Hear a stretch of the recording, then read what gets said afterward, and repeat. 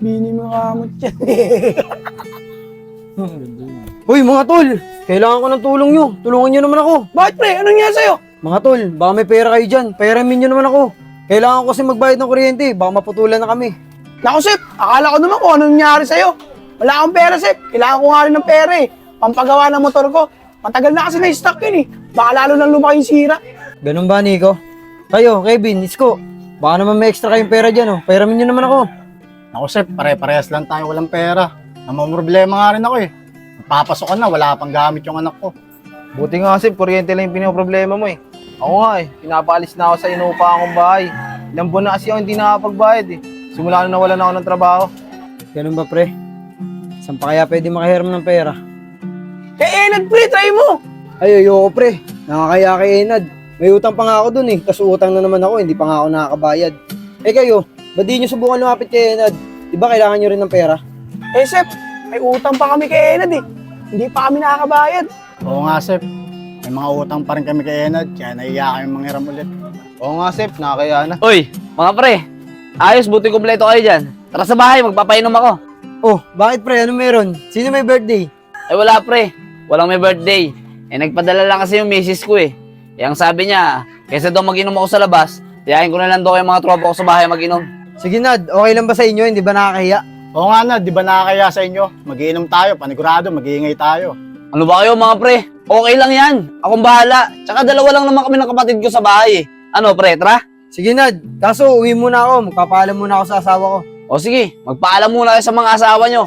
Aantayin ko na lang kayo sa bahay. Sa bahay na lang tayo magkita-kita. Sige Nad, o, tara na. Sige, sige, tara.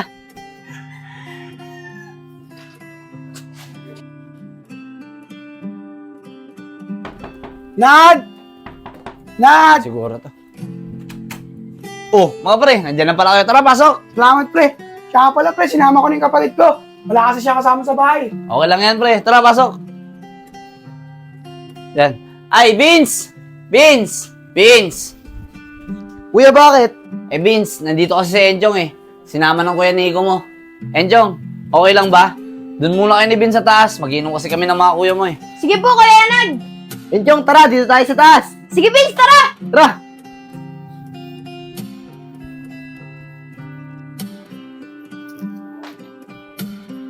Mga pre, saan nga pala? Ano bang gusto nyo inumin? Kung bahala, Nad. Ang daming pera nun. O sige mga pre, ako na bahala ah. O paano mga pre? Dito muna kayo ah. Alis muna ako saglit, bibilang ng alak tsaka pulutan. Sige, pre. Sige pre, hantayin nyo na muna ako ah. Sige, ingat ka. Sko, ang daming pera na Enad, ano? Kaya nga pre, iiwan niyo pa yung bag niya sa ibabaw ng rep. Tara, nakawin natin. Uy, Kevin, kung ganyan. Naku ba naman, Sko, masyado kang seryoso, nagbibiro lang ako. Kailangan ko lang ganyang kalaking pera para mapagawa ko yung motor ko.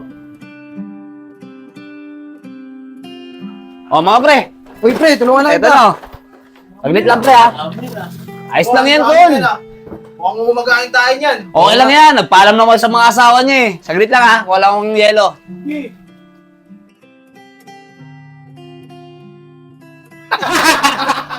Sinigo talaga pala biro eh no? Dahil mga tol. Naalala ko dati si Nico, nung nagjowa. Iniwan ng jowa, umiyak, parang bata.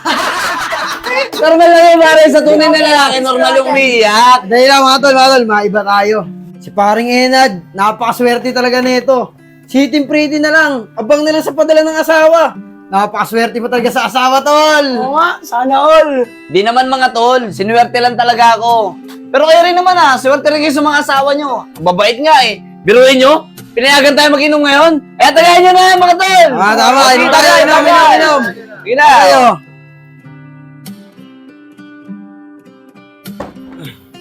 Pare Isko, ikaw na. Ba, tulog si parang Enad ah. Uy, parang Enad, gising. Tulog ka na dyan ah, ano? Kaya pa ba? Pre, hindi ko na kaya. Akit na ako sa taas. Kayo na bahala dyan ah. Sige, akit ka na. Hindi na bahala dito. O pre, ito ba isang cake? Ubusin niyo yan ah. Salamat. Akit na ako. Uy, parang Enad! Yung bag mo, naiwan mo! Uy, parang Enad! Yung bag mo, naiwanan mo sa ibabaw ng rep! Parang Nico, kaya mo na. Hindi na mawawala yan dito eh. Tayo lang naman nandito. O sige, Shot na, shot na.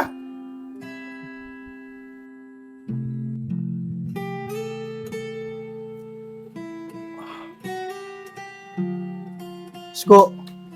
Sko. Nico, Joseph. Joseph, Nico. Gising. Dito na pala tayo nakatulog. Uwi na tayo, nung oras na.